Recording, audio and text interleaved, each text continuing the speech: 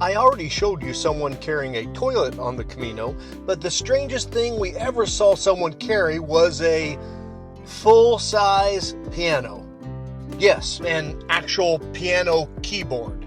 On our first Camino, just after leaving the magical healing waters of San Bol, we spotted possibly the cutest pilgrim we've ever seen. A little girl, maybe 5 or 6 years old, walking along with her own unicorn backpack that said, "Be magical." She was walking with her father. He had a guidebook sticking out of his back pocket, and he was carrying something huge tucked under his arms. It was a full-size piano keyboard. We started talking with him and learned that they had stayed at the albergue at San Bol. He was walking the Camino with his daughter, but he didn't want her to miss her piano lessons, so he carries the keyboard with him. I was blown away. I love this guy. During our conversation, he mentioned that he had been looking for an ATM. Since he's traveling with his daughter, they stop more often and stay in more places, so she doesn't have to walk long distances. I mean, come on, her legs are tiny, and he is carrying a piano. The problem is that the Meseta is not exactly known for its high concentration of ATM machines. So I asked him, I said, if you found an ATM, how much would you need to withdraw? He said, probably at least 100 euros. Well, by that point, my heart had already melted into a big glob of goo, so I gladly handed him 100 euros, even though he was reluctant to take it. And then he asked me, he said, do you have PayPal? And I said, yeah. And right there on the Camino, he sent me the 100 euros through PayPal. So I guess there are ATM machines on the Meseta. I just happened to be one. It was one of those brief magical encounters on the Camino that you never forget. I often wish that I could reconnect with that father just to see how their journey turned out. Maybe we met them because we had just soaked in the healing waters of San Bol. Perhaps that water was magical after all. Our channel is called Our Strange Camino, so it shouldn't surprise you that just before reaching Hontanas, something strange happens again.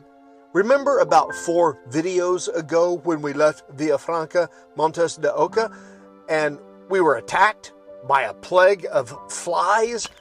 They're everywhere. On me. They were up our nose and in our ears and our mouth and our eyes. It was insane. In that video, I had mentioned that I hoped to find something in Burgos to defend ourselves if it ever happened again. Well, it happened again. But in Burgos, I found the solution. Can you tell what it was? It was a child's costume bridal veil that I found at one of those Chinese-run bazaar shops. I bought it, modified it a little bit, and it worked as a Camino bug net for our faces. Now, at first, Gina was a bit embarrassed to wear it, but when the new, tougher, militant insects returned, she happily put it on. Bugs. Ain't no bugs gonna get me down. These weren't flies this time. These were tiny demons with wings. They looked like flying ants or maybe miniature attack helicopters. I still have no idea what they were. If you know what these things are, please tell us in the comments. Ever since that Camino, the one where we practically needed a beekeeper suit a few days, we've started carrying a modest bug net with us just in case. But ever since then, we really haven't needed it. But we have it just in case. No bugs. As we approach Hontanas, I read an old report describing this place as a tiny settlement hidden in the valley of a small river, so hidden that you wouldn't see it until you were almost on top of it. Back then, there were only about a dozen huts occupied by shepherds, and the area had so many wolves that travelers were warned to cross in the middle of the day while the shepherds and their big dogs were nearby. Of course, that report was from 1997, so I'm pretty certain that things have improved quite a bit since then. As you enter the village, on the right is this little dome hut with a tau symbol that honors a woman who walked the Camino in the 1300s. Imagine making this journey back then. No trail markers, no guidebooks, and definitely no ATM machines on the Meseta. Santiago, 248 miles? That's not far. On the road after Hontanas is Rapunzel's Tower.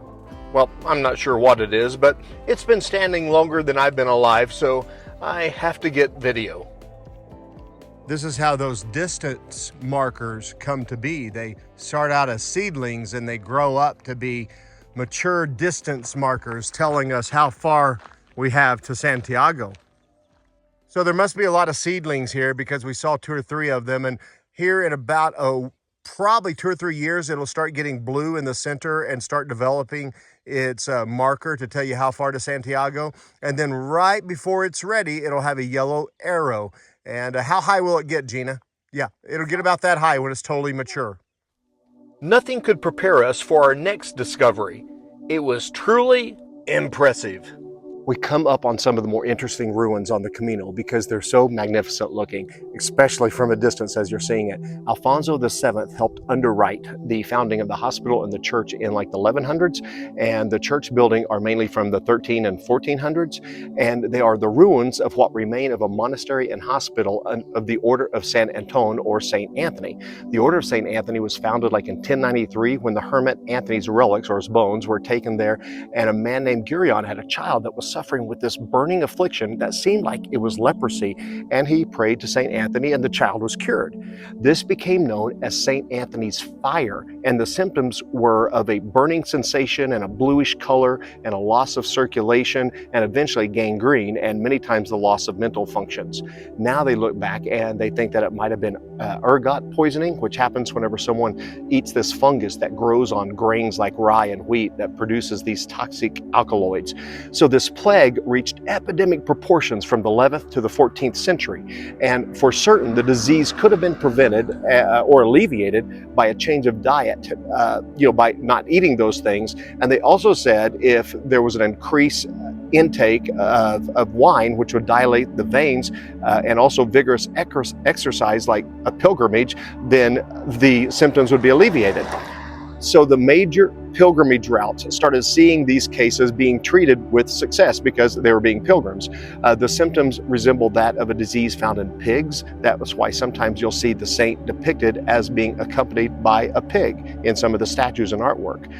The order also treated leprosy, so Saint Anthony also might be depicted as having a bell or 2 boards that he would clap together to announce that a leper was close so people could avoid them. They call those clappers. The order also adopted its symbol as the tau, which was said to resemble the mark place on the doors of Egyptian Jews so that the death angel wouldn't pass by the household and not kill the firstborn in the Exodus story. So pilgrims that arrived here too late, which I'll show you here, when they arrived here too late, they were welcome to sleep under the porch, and the monks would put food in the niches of the wall of the front of the porch so pilgrims would have something to eat. Today, pilgrims leave messages rather than bread being left. And at the west end of the ruins are the remains of the rose window and the tile plaques with the insignia of the Order of Saint Antone or Saint Anthony. There's no way that I can explain this. You just need to see it.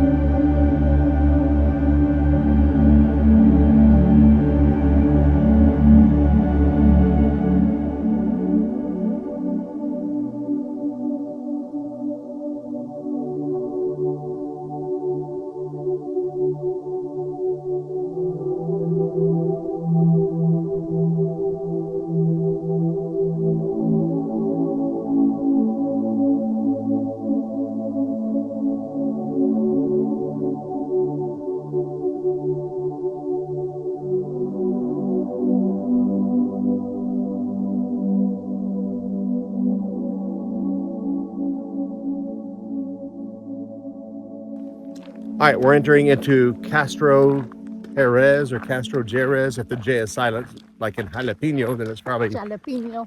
probably Castrojeriz. But there is a church here that Santiago was passing by, James himself, and they say that he got so excited because he saw the Virgin Mary in an apple tree that he leaped up on his horse with such a thrust and such weight that the hoof prints can be seen in the stone at the south side by the south door, I guess. Do you think it's true, Gina? They say it is. We're going to inspect that and see if we can find those hoof prints of the horse of Santiago himself. I didn't know he had a horse. On our first Camino going into Castrojeriz, it was so hot, and we saw that castle up there, the abandoned one, and we wanted to see it so badly, but we're like, oh, we're so tired. Well, this time we actually made time by having a really short leg so that we would have plenty of energy to climb up and see the abandoned castle up there, because we like to look at everything. Right? Yes. Castrojeriz, where the horse's hoof prints are. We searched and searched by the front door. Look, Gina found something. Look at that. That's got to be a horse hoof print right there. Now let's enter in.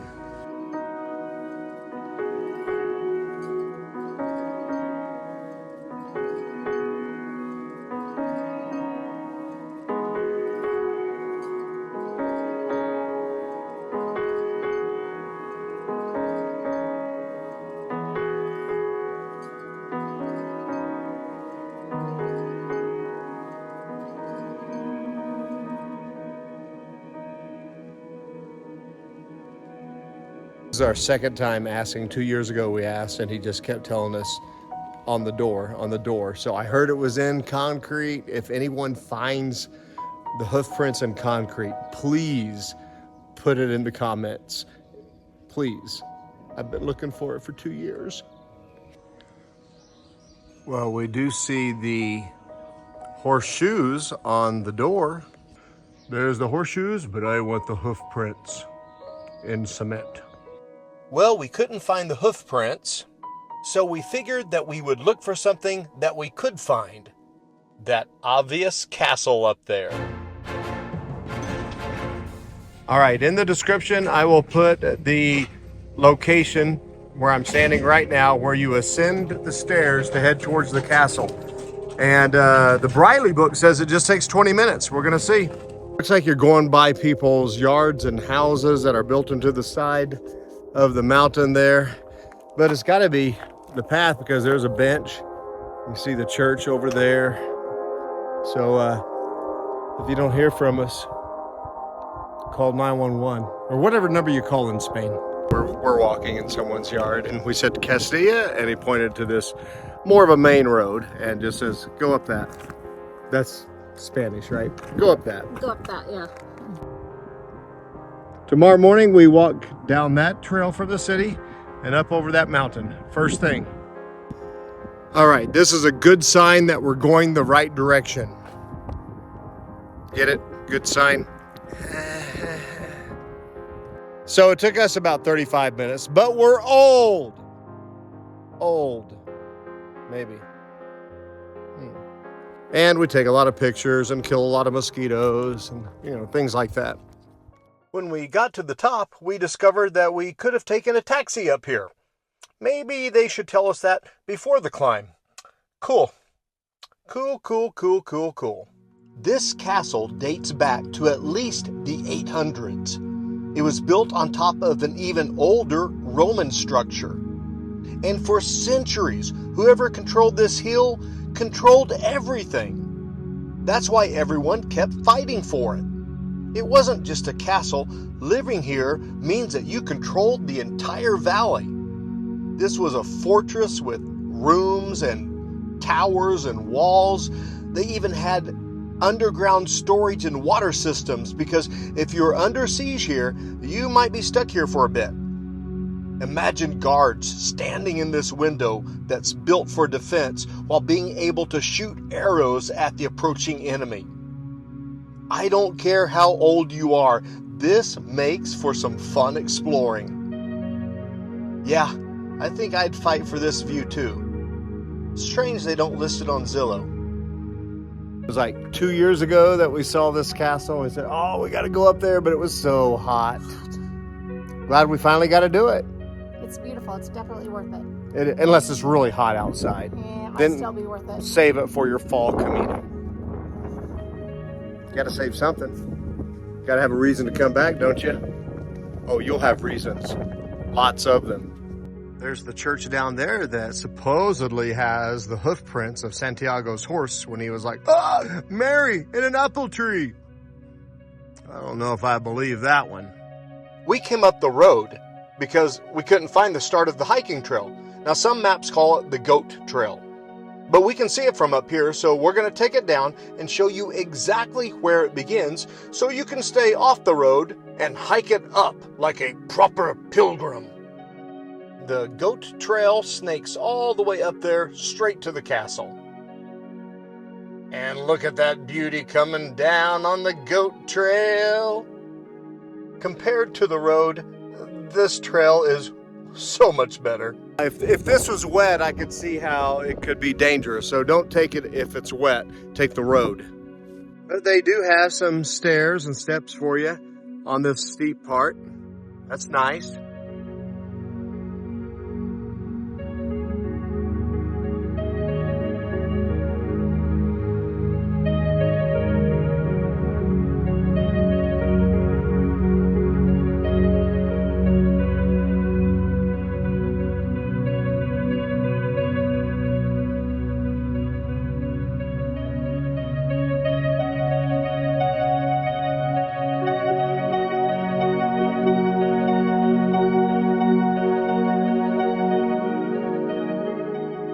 So at these coordinates here on the video and right by this structure, that's where you start up that trail, off of the actual road here. You start your castle journey at the top of the steps near the San Esteban Albergue. You go up that incline there and you head left up the hill. Don't forget your water bottle. Before leaving Castrojeriz, I read that beneath this plaza, it was once the cemetery of San Esteban. And archaeologists uncovered there a 14th century pilgrim still dressed for the journey. He was buried in simple travel clothing with the iconic symbols of his pilgrimage: scallop shells, gourd, staff, and coins, both from England and France. For over 600 years, he's been resting right here along the same road we're walking today. That's a bit perfect for Our Strange Camino. Some would say the Meseta is boring, but we're about to discover some of the most interesting moments of the entire Camino, and one of the most spiritual experiences that we've ever had on the Camino. It's going to be the singing nuns of Carrion de las Condes. So if you haven't already, please subscribe. Give the video a thumbs up if you enjoyed any part of it at all, and leave us a comment. Honestly, whenever you do that, it really helps this video get seen by a lot more people, and it helps us a ton. It is a massive boost for us. So thank you so much for watching, and buen camino, my friends. So they start growing about this big, and this one's starting to get its arrow. It's starting to get its color. So it's probably an adolescent.